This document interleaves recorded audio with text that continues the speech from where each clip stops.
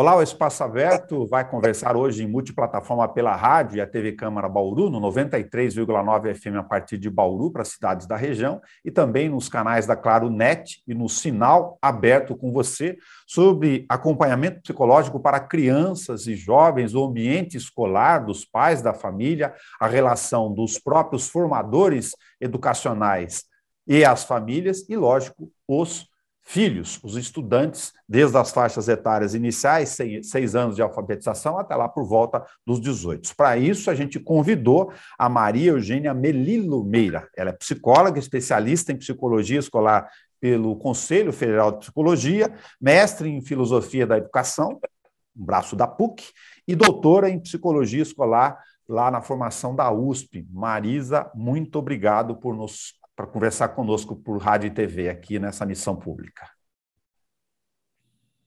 Então, Nelson, eu que agradeço, essa oportunidade de poder tratar de assuntos que são mais do que nunca importantes e relevantes. Falar sobre essa relação, você que tem uma larga experiência, mais de 30 anos em pesquisa, autora de livros, artigos, e consegue até no ambiente de casa, até por força da citação aqui conhecida do Celso Zonta, de fazer esta navegação também para a experiência clínica depois. Quando a gente fala do acompanhamento psicológico de crianças e jovens de 6 anos, pensando a faixa inicial de entrada de alfabetização até os 18 anos, é inevitável a gente pedir para você uma abrangência sobre esse cenário. Que elementos você encontra iniciais para a necessidade de abordagem especial no pós-pandemia? Então, Nelson, acho que brevemente, antes de falar sobre o que eu faço, eu gostaria de começar dizendo o que eu não faço, porque existe uma tendência, infelizmente, ainda muito presente no campo da psicologia, de se trabalhar com a ideia de que os problemas educacionais têm origem em problemas dos alunos, seja problemas de personalidade, de capacidade intelectual, capacidade perceptivo-motora, seja porque se considera que a família não dá a estimulação devida. De qualquer modo, existe essa tendência de pensar que é preciso fazer o diagnóstico do aluno e tratar do aluno. Essa postura, que eu chamaria aqui de tradicional, ela foi duramente criticada já desde a década de 1980 e no final dos anos de 1990, esforços de vários pesquisadores, não só no Brasil, mas em todos os lugares do mundo, se uniram para pensar em formas diferentes de atuação, e muitas coisas importantes foram pensadas. E então, começo dizendo assim que o problema de escolarização não é um problema do aluno, e que eu não faço o diagnóstico do aluno e nem trato do aluno. Por quê? Porque o que a gente tem que pensar, o nosso foco, tem que ser o encontro do estudante com a escola. Então, a humanidade produziu conhecimentos nas mais diferentes áreas, e a escola é esse espaço privilegiado onde a gente vai se encontrar com esse conhecimento. Esse encontro ele pode acontecer de muitas maneiras diferentes. E, infelizmente, em alguns casos, ele produz problemas, e esses problemas, então, muitas vezes vão exigir a mediação de um profissional da psicologia, ou da medicina, ou da fonoaudiologia, enfim. Então, a pergunta que a gente faz nessa perspectiva não é assim, o que esse estudante tem que ele não aprende, ou que ele não se comporta do modo como é esperado. Mas a gente se pergunta, o que é que produz esse sofrimento? O que é que produz essa dificuldade? Então, o olhar se amplia e a gente vai olhar para o entorno, para as relações. Então, a resposta para a pergunta, o que eu faço, antes dela é preciso a gente compreender as coisas de uma outra maneira. E por isso que o trabalho é coletivo. Tá, então eu estou falando sobre as dificuldades do processo de escolarização do ponto de vista da aprendizagem e também do comportamento. Sim. Existem várias demandas que são encaminhadas para os profissionais da psicologia. né? Algumas mais relacionadas com dificuldades de aprendizagem, então alunos que não, por algum motivo, não estão aprendendo aquilo que é esperado, né, para aquela série, para aquela idade, mas existe também um grande contingente de alunos encaminhados porque não estão se comportando do modo como é esperado. Num caso ou no outro, a gente vê aí esse descompasso, né, entre o estudante e a escola. Esse encontro ele não está produzindo aprendizagem, ele não está produzindo desenvolvimento, ele não está produzindo um aluno feliz, né? E é para esse encontro que a gente precisa olhar. Neste caso, a gente está conversando aqui sobre vetores em mais de uma frente. Lógico que, do ponto de vista leigo aqui, para repartir com o nosso público, com você que é especialista, Marisa, a gente fica pensando o seguinte: eu tenho um problema da pessoa, eu tenho um problema dos ambientes, e esses ambientes podem estar dentro de casa ou nas inter-relações dessas crianças e jovens, não só no ambiente escolar e depois na escola. Eu preciso olhar esses vários contextos para tratar dessa demanda? Sim, com certeza. Eu acho que o grande erro que tem sido cometido ainda hoje é justamente esse olhar para o indivíduo, como se o indivíduo ele não se articulasse com o seu contexto. Então, a gente tem que compreender que o desenvolvimento humano ele não é um processo natural, não é um processo biológico, ele não é um processo ordenado por questões ou capacidades hereditárias que já estivessem lá. Ele é um fenômeno produzido socialmente.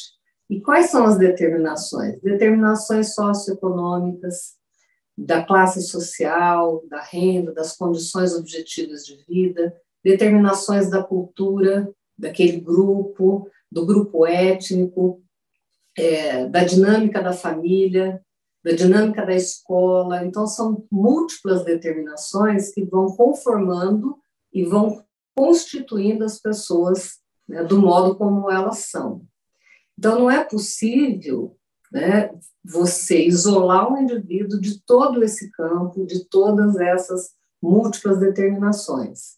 Então, o fato de você estar numa clínica, fazendo um acompanhamento psicológico, e você, em alguns momentos, estar ali com o aluno, não pode significar, em absoluto, você deixar de percebê-lo na sua singularidade, sim, mas como parte de todo um processo. Sem essa compreensão, você dificilmente vai conseguir fazer um trabalho que seja relevante, que seja significativo. Por isso, então, é que a gente está aqui transferindo, aproveitando seu conhecimento para transferir informação que muda o processo, naturalmente, de abordagem. Eu tenho que levar em conta esses três elementos. Agora, pensando o aluno, a família e a escola. Nesse processo que você está discutindo com a gente, frequentemente, ou quase como regra absoluta, é necessário você aferir e levar os três para este acompanhamento? Sim, com toda certeza. Eu trabalho com o estudante na clínica, semanalmente, trabalho com as famílias, semanalmente a princípio, depois quinzenalmente, de acordo com a necessidade, e também vou para as escolas. Então, cada paciente que chega, na verdade, ele não chega sozinho, ele chega trazendo a história da sua família, a história do seu encontro com a escola, e por isso que, assim, a gente começa, o começo de tudo é um processo de avaliação, que não é uma avaliação do aluno, é uma avaliação desse processo. Então, nessa avaliação, eu vou tentar justamente entender como é que está esse encontro dele com a educação, tentando compreender que fatores estão ali dificultando e, ao mesmo tempo, também o que pode estar facilitando. Essa compreensão, ela é construída junto com a família, com a escola e com o próprio estudante, ela é compartilhada com todos e ela produz novas formas de pensar e de sentir, né? E é isso que produz o agir diferente. Então, quando você propõe uma intervenção, você já conseguiu pensar, de um novo modo, você já está sentindo diferente, então agora você é capaz de pensar assim, o que é necessário para que essas potencialidades de desenvolvimento que estão se apresentando se efetivem. Como que a gente resgata, né, esse processo de desenvolvimento que foi obstaculizado, que foi estacionado, que está sendo prejudicado? E isso envolve compromisso da família, da escola e do próprio estudante. Então, todos nesse processo terão a sua parcela de responsabilidade.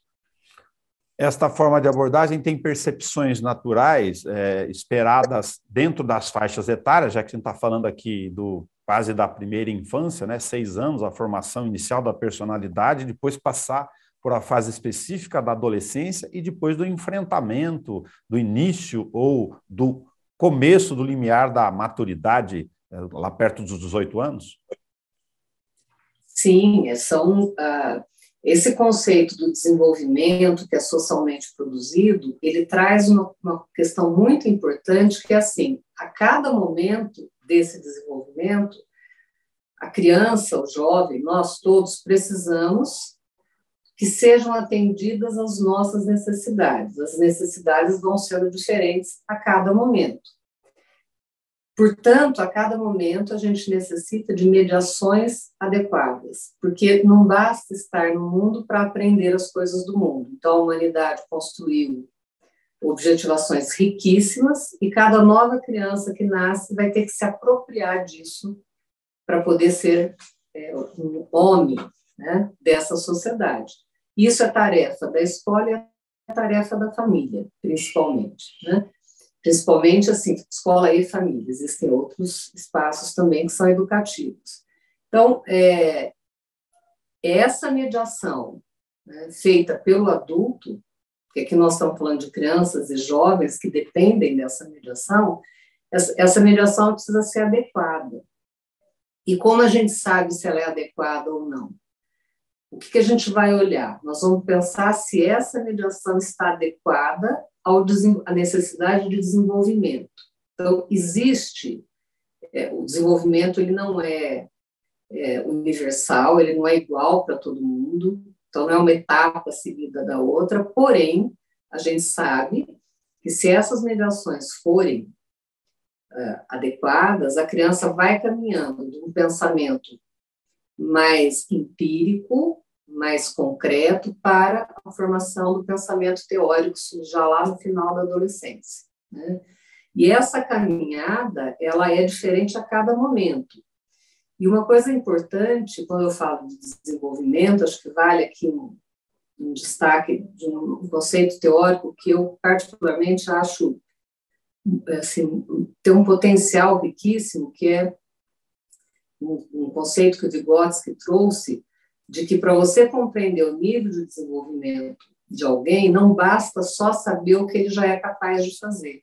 Porque normalmente, quando a gente fala em desenvolvimento, a gente mede pelo aquilo que a criança ou o jovem é capaz de fazer. Então, eu digo, ele já desenvolveu porque ele já faz isso de maneira independente. E o Vygotsky pontuou que existe uma outra zona de desenvolvimento que traz as possibilidades que ainda estão iminentes, que ele chamou de zona de desenvolvimento iminente. São coisas que a criança é capaz de fazer com ajuda. Então, ela não faz de modo independente, mas se ela tiver ajuda, ela é capaz de fazer. Então, isso que hoje é iminente, se a mediação for adequada, amanhã vai se tornar desenvolvimento real. Vai abrir novas possibilidades que amanhã serão real. Então, veja que o desenvolvimento ele vai numa espiral, ele vai alcançando níveis cada vez mais complexos, se e somente se mediações adequadas forem oferecidas. Então, para fazer esse trabalho, né, de acompanhamento psicológico, é muito importante que você compreenda todo esse processo de desenvolvimento para poder pensar junto com a família, com a escola, que práticas podem potencializar esse desenvolvimento. Então, eu costumo dizer que é um trabalho que não se movimenta pela falta, mas pela potência, porque normalmente você pensa, vai no psicólogo, vai ter um diagnóstico, vai ter um laudo, vai dizer tudo que a pessoa não tem. Não, a gente vai justamente procurar a potência, né? O que aqui pode ser desenvolvido? O que a criança pode fazer se comprometendo com o seu próprio desenvolvimento? Que práticas pedagógicas na escola fortalecem esse processo? Que práticas educativas familiares auxiliam? Então, você tem uma rede, né, de apoio com a mediação do psicólogo voltada para o desenvolvimento dessas potencialidades, né? E é isso que vai potencializar o desenvolvimento, que não é natural, ele tem que ser produzido. E quanto mais a gente tiver clareza sobre isso, mais a gente vai intencionalmente produzir e provocar desenvolvimento. Essa é a nossa meta. Isso, por isso que no caso da sua opção teórica, a gente está falando de psicologia histórico-cultural aqui. Sim, é esse o conjunto teórico que orienta todo esse trabalho que eu faço. Tá, e você está fazendo uma diferenciação, então, natural, a esta altura do nosso bate-papo, entre problemas de pessoas ou das pessoas e os problemas produzidos com o meio em decorrência dessas inter-relações?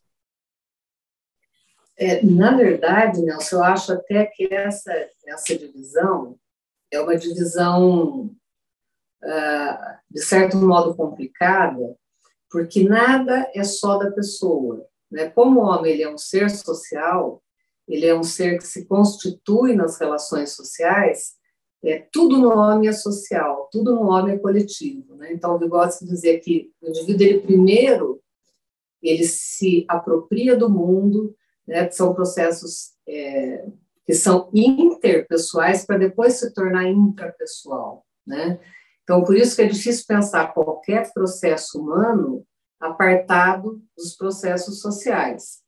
Mas é interessante pensar assim que existem, vamos imaginar essa situação trazendo para esse contexto da escola, né? Existem crianças que ingressam na escola e que já trazem da sua história alguma dificuldade, algum processo psicológico que produz dificuldades na escola? Existe, né? Existe sim. Agora, o que a escola faz com isso?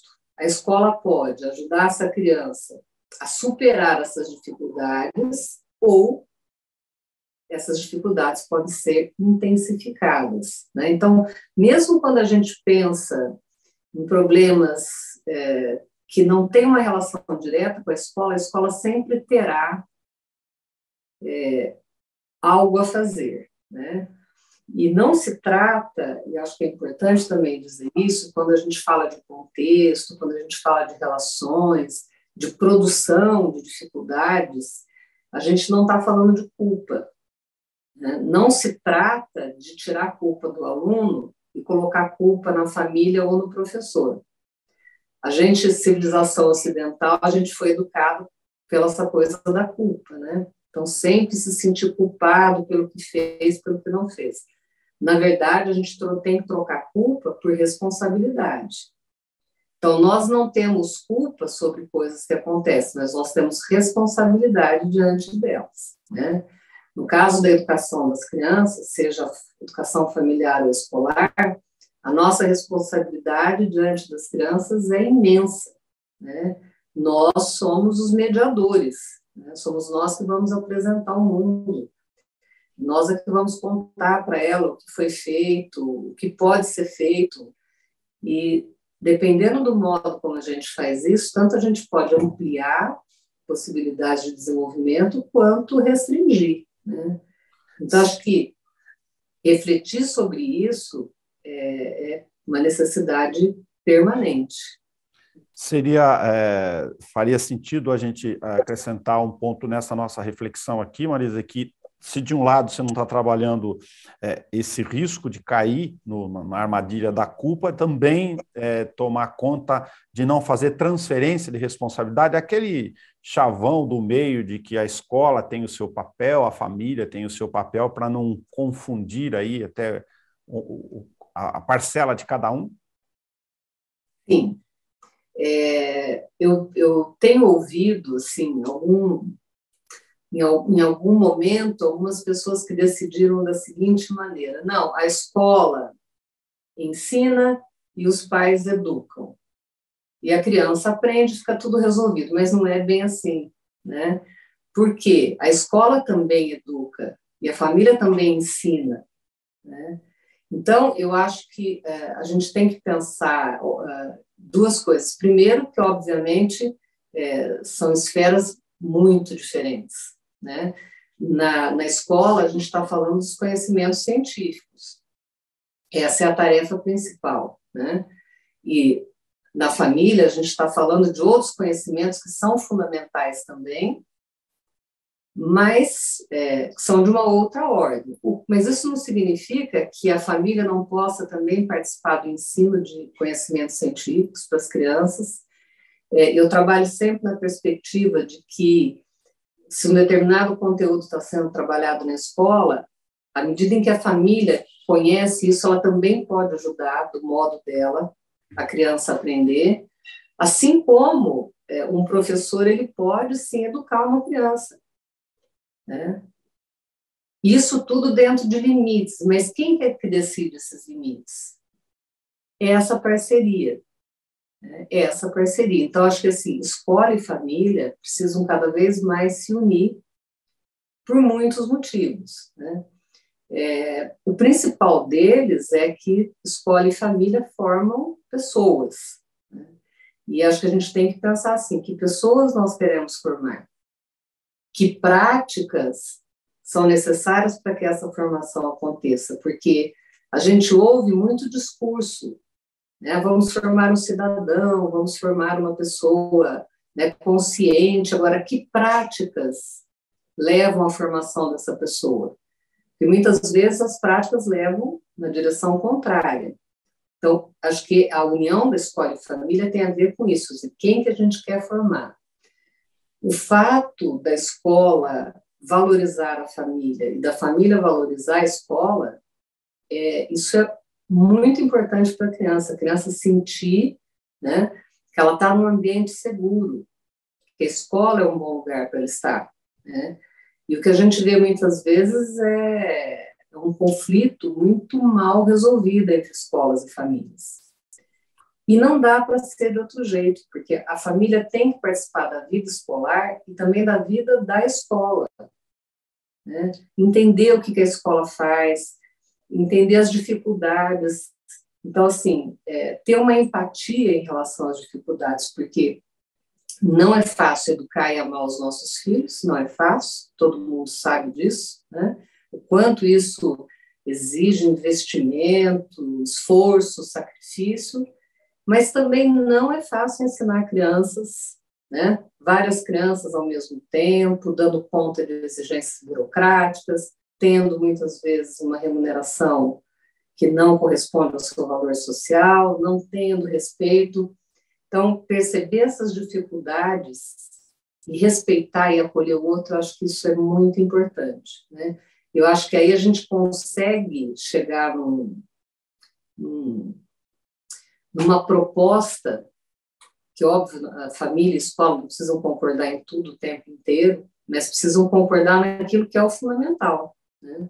Que é como é que eu faço para formar um ser humano ético, né, humanizado, respeitoso, solidário, feliz, né?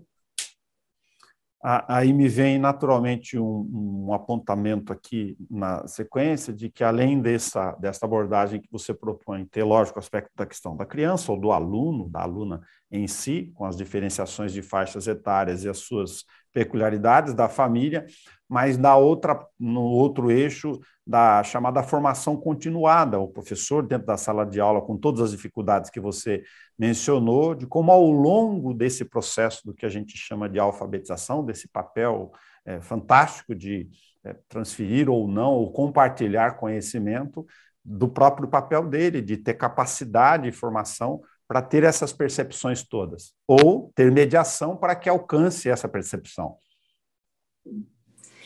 O que a gente observa no Brasil é que a formação inicial do professor tem sido difícil, né? Hoje A maior parte dos cursos que formam professores são oferecidos por universidades particulares, algumas que não têm o devido cuidado. A questão da formação docente é uma questão bastante relevante, porque não basta só fazer aquela formação inicial, pensando que nem sempre essa formação inicial é suficiente. Mas mesmo que ela seja, a tarefa docente é muito complexa. Então, o professor ele tem que dominar mediações relacionadas ao conteúdo, obviamente, então ele tem que dominar muito bem o que ele vai ensinar, ele tem que ter domínio metodológico, ele tem que saber como ensinar, e todos nós já passamos, provavelmente, por uma situação de ter um professor que sabe muito, mas que tem dificuldade de passar isso para o aluno. Então, esse é um outro conjunto de conhecimentos importantes. E para completar a dificuldade, ele tem que pensar em para quem ele vai ensinar. E esse para quem ele vai ensinar, né, ele tem que ter todo esse conjunto teórico claro de quem é esse estudante, tanto como um ser, né, membro da espécie humana, que tem determinadas características, como entender esse estudante como um indivíduo particular que tem uma história pessoal, de vida, da família, uma história de escolarização, mas que ele está, uma história datada, né, dentro daquele contexto histórico. Então, é muita coisa, né, que é necessário para essa tarefa e que é preciso repensar isso ao longo da vida, porque as pessoas mudam, as escolas mudam, a sociedade muda, então a escola tem que, né, pensar e se colocar nesse processo de mudança. E para acrescentar ainda mais dificuldade, a gente tem que pensar que muitas vezes o trabalho do professor não é valorizado, né, não é bem remunerado, ele não se sente muitas vezes realizado na sua profissão. Então, tudo isso é muito complicado e acho que a sociedade precisa compreender, né, que o professor ele precisa ser valorizado de todas as maneiras e ele tem que ter condições permanentes ao longo da sua vida de oportunidades de formação. E o que eu percebo no meu trabalho como psicóloga é que essa mediação que eu posso oferecer, embora ela não seja suficiente, obviamente, mas ela tem ajudado bastante, não só a pensar em práticas potencializadoras de desenvolvimento para aquele aluno, né, porque eu entro em contato com a escola por conta de um aluno, de alguns alunos, mas esse benefício, né, esse modo diferente de pensar e de produzir estratégias de intervenção acaba se tornando um patrimônio também do educador. E o que eu percebo é que isso é importante, né, e que acho que a gente deveria apostar muito mais nessas parcerias, né, porque a atividade ela é mesmo multifacetada, né? Sim, por fim, para a gente não deixar de pontuar que a gente está conversando sobre essas estratégias de abordagem, de potencializar essa relação toda num momento em que eu comentava contigo da própria função da missão pública aqui na Comissão de Educação, por exemplo, dos depoimentos de diretores, de magistério, inclusive, sobre a defasagem desta geração especial pós-pandemia, que está agora, nesse momento, aflorando, e que é uma geração que tem mínimo 2 anos de intervalos aí, que fazem toda a diferença no processo deles ao longo do tempo, não? É excelente essa sua questão, Nelson, porque eu acho que nós não estamos ainda suficientemente conectados com essa situação e não estamos nos empenhando, nós, eu digo, nossa sociedade, né, para pensar em como resolver isso, porque as perdas foram muito grandes, né? Perdas em relação ao conteúdo visíveis, né? As escolas, tanto as escolas particulares quanto os sistemas públicos de educação procuraram responder a isso oferecendo sistemas, né, online, mas a avaliação geral né, de todas as pessoas envolvidas, é que nem de longe foi suficiente para fazer o que precisaria ser feito. E nós trabalhamos num sistema organizado, né, por níveis de complexidade e de dificuldade que se refletem nos conteúdos. Então, se a gente deixou muitas coisas para trás, como é que a gente vai completar esse ciclo? E isso não só no ensino fundamental, mas no médio e também nas universidades. Então, isso afetou o sistema de ensino como um todo. Então, houve perdas, como é que a gente responde de uma maneira responsável a isso, né? O que a gente pode fazer, eu não digo nem recuperar, acho que recuperar não é a palavra, porque tem coisas que você não recupera, mas como é que você minimiza, né, esses riscos para a formação, e não só isso, né, também acho que ao nível da sociabilidade, isso foi uma tragédia, né? Nós tivemos crianças que não conviveram com outras crianças, por exemplo, crianças pequenas que nem conheceram outras crianças, né? Eu tenho uma neta que nasceu na pandemia e durante muito tempo ela só conheceu o pai e a mãe. Veja que tragédia, né? Quer dizer, quantas coisas que ficaram perdidas. Então, a gente já vem num processo, né, complicado de socialização na sociedade moderna, de individualismo, de solidão, da tecnologia invadindo certos espaços e ocupando o lugar das pessoas. Eu acho que isso ficou ainda mais evidente na pandemia, né? Então, há toda uma dificuldade para fazer com que crianças e jovens voltem a se relacionar com pessoas, né? Muitos deles querem continuar se relacionando com o celular, né, com a internet. Então, o que a gente faz com isso? Essa é uma responsabilidade da sociedade, não é um problema da escola, não é um problema do pai, da mãe, né? E eu acho que a gente ainda não entendeu direito o tamanho da tragédia. Marisa Meira, muito obrigado de compartilhar conosco essa abordagem, essa estratégia da questão desses três eixos: escola, família, pais e alunos, aprendizados, os processos e todas as suas estratégias de mediação. Fique à vontade para concluir o nosso espaço aberto aqui. E para quem está nos acompanhando pela TV Câmara, já tem o link disponível na página do YouTube também, para você ver ou rever a hora que você quiser, e tem anotação de e-mail e contato direto do celular profissional da Marisa, caso você queira conhecer e se aprofundar um pouco mais sobre esta abordagem. Bem, Nelson, eu quero novamente agradecer por essa oportunidade e dizer assim que eu espero que muitas outras pessoas se juntem e que pensem assim, como a gente pode contribuir para que a educação, tanto escolar quanto familiar, cumpra essa função importante de humanização, né, e de desenvolvimento de pessoas mais felizes e éticas, né? Essa é a minha aposta. Muito bom. Sorte, luz, e você que fica conosco pela Rádio e TV Câmara, só clicar em vídeos, todos os programas estão lá. Até o nosso próximo Espaço Aberto.